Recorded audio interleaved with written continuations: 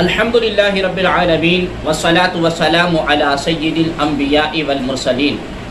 اما بعد فاعوذ باللہ من الشیطان الرجیم بسم اللہ الرحمن الرحیم۔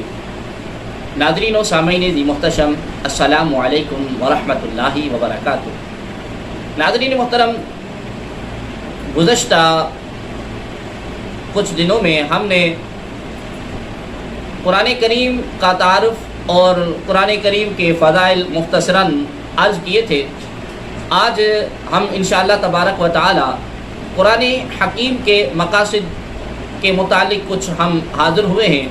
اللہ کریم کی بارگاہ اقدس میں دعا گو ہیں اللہ تبارک و تعالی آپ اور ہمیں حضور دو عالم نور مجسم صلی اللہ علیہ وآلہ وسلم کا پکا سچا غلام اور امتی بنائے، اور حضور دو عالم نور مجسم صلی اللہ علیہ وآلہ وسلم کی پاک شریعت مطہرہ اور سنت مطہرہ پر عمل کرنے کی توفیق عطا فرمائے۔ ناظرین محترم، پہلی بات یہ ہے کہ پوری امت کو اللہ تبارک و تعالیٰ کے عذاب سے ڈرانا، چنانچہ جس طرح اللہ کریم ارشاد فرماتا ہے وَهَذَا كِتَابٌ أَنزَلْنَاهُ مُبَارَكٌ مُصَدِّقُ الَّذِي بَيْنَ يَدَيْهِ وَلِتُنذِرَ أُمُّ الْقُرَىٰ وَمَنْ حَوْلَهَا، یعنی اور یہ برکت والی کتاب ہے جسے ہم نے نازل فرمایا، پہلی کتابوں کی تصدیق کرنے والی ہے اور اس لیے نازل ہوئی تاکہ تم اس کے ذریعے مرکزی شہر اور اس کے ارد گرد والوں کو ڈر سناؤ۔ دوسرا مقصد اس قرآن کریم فرقان حمید کا یہ ہے کہ لوگوں کو کفر اور جہالت کے اندھیروں سے ایمان کے نور کی طرف نکالنا، چنانچہ اللہ کریم ارشاد فرماتا ہے الف لام را کتاب انزلناہ الیک لتخرج الناس من الظلمات الی النور باذن ربہم الی صراط العزیز، یعنی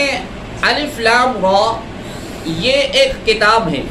جو ہم نے تمہاری طرف نازل کی ہے تاکہ تم لوگوں کو ان کے رب کے حکم سے اندھیروں سے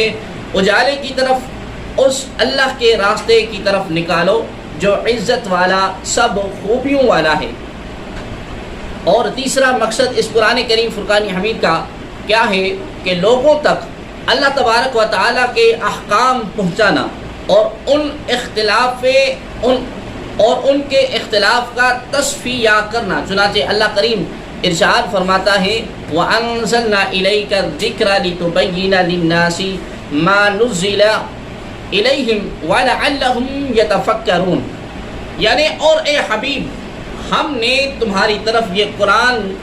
نازل فرمایا تاکہ لوگوں سے وہ بیان کرو جو ان کی طرف نازل کیا گیا ہے اور تاکہ وہ غور اور فکر کریں۔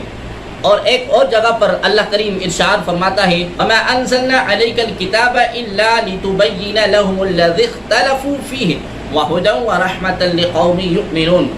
اور ہم نے تم پر یہ کتاب اس لیے نازل فرمائی ہے کہ تم لوگوں کے لیے وہ بات واضح کرو جس میں انہیں اختلاف ہے، اور یہ کتاب ایمان والوں کے لیے ہدایت اور رحمت ہے۔ اور اس قرآن کریم فرقان حمید کا ایک مقصد یہ بھی ہے کہ اس کی آیتوں میں غور اور فکر کر کے نصیحت حاصل کرنا، چنانچہ اللہ پاک ارشاد فرماتا ہے کتاب انزلناہ الیک مبارک لیدبروا الیہ ولیتذکر اولو الالباب،